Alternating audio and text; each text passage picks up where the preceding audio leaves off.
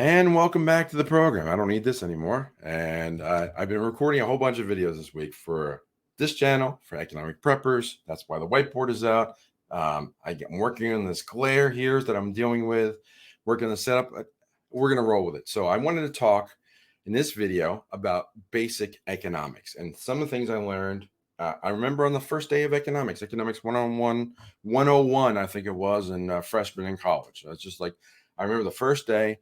And there were two things that we talked. There were two concepts that we talked about. I'm going to talk about one per video. So the first one is called, I'm going to call this video Guns, Butter, and Bitcoin. And before I get started, I'm going to remember this time. Please, if you like this kind of content, you like what I'm doing here, and you want to support the channel, please like, share, subscribe, leave a comment down below, share it to someone else. It really helps with the channel, really helps to get the message out, really tells me that you like what I'm doing. And if you don't like what I'm doing, leave a comment down below as well and say, hey, can you talk about this? Can you talk about that?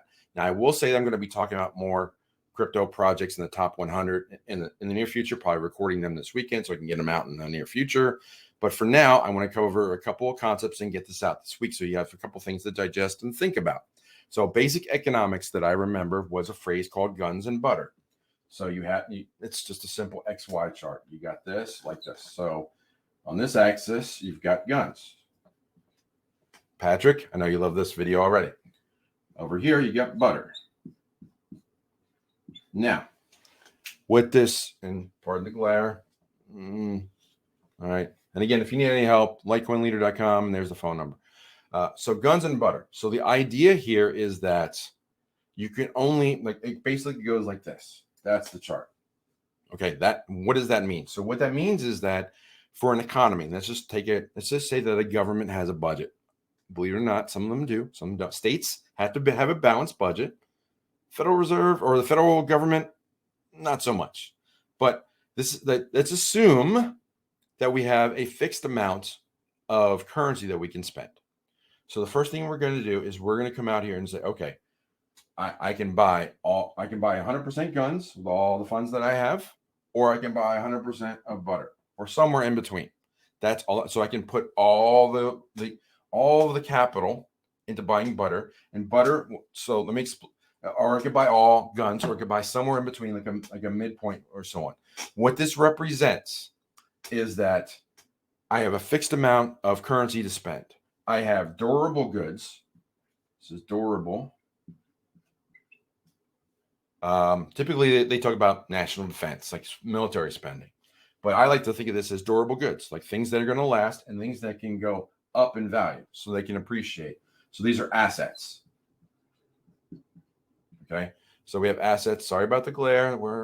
There we go. So I'm going to lean in there. So assets, guns, and durable assets. So now I'm going to talk about the butter.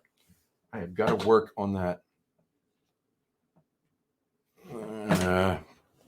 There, we're going to go with that spot. This seems to work. So put the glare over in the corner. So now we have guns, durable assets on this axis. Okay, you could spend all of your currency onto durable assets, things that are going to last for a while, like lead. But this is so military spending on things like tanks, missiles, whatever, things that are going to last, physical things that will last. And you can think of it like things that you might appreciate. So I'll get there. So this over here, butter.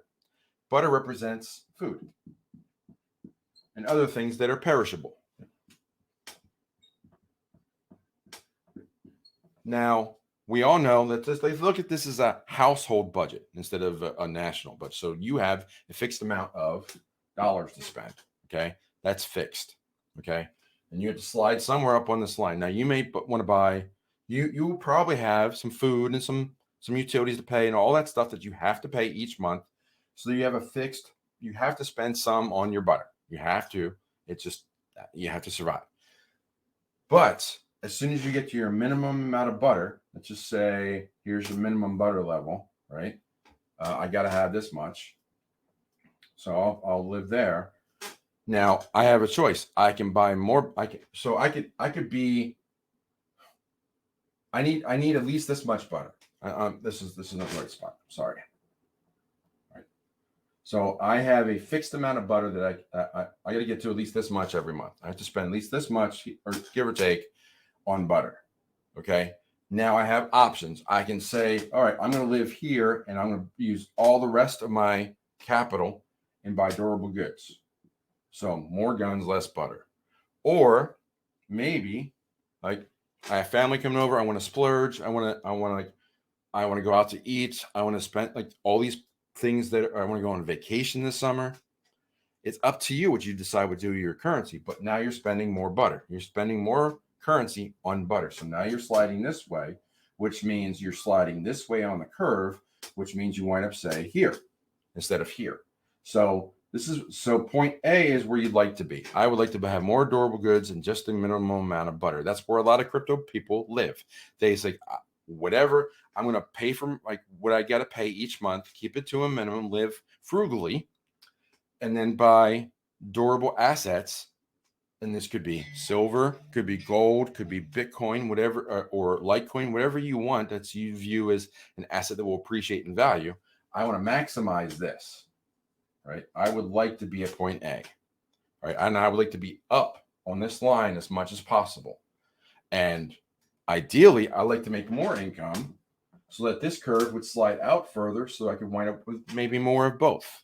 So I could buy the extra butter. I could still be here and I could be here because now I got more currency, right? You see how I did that? I went from here to here with my guns and my durable goods, but I was able to move out this way with my butter because I made more currency that month. So that's where you get a side hustle.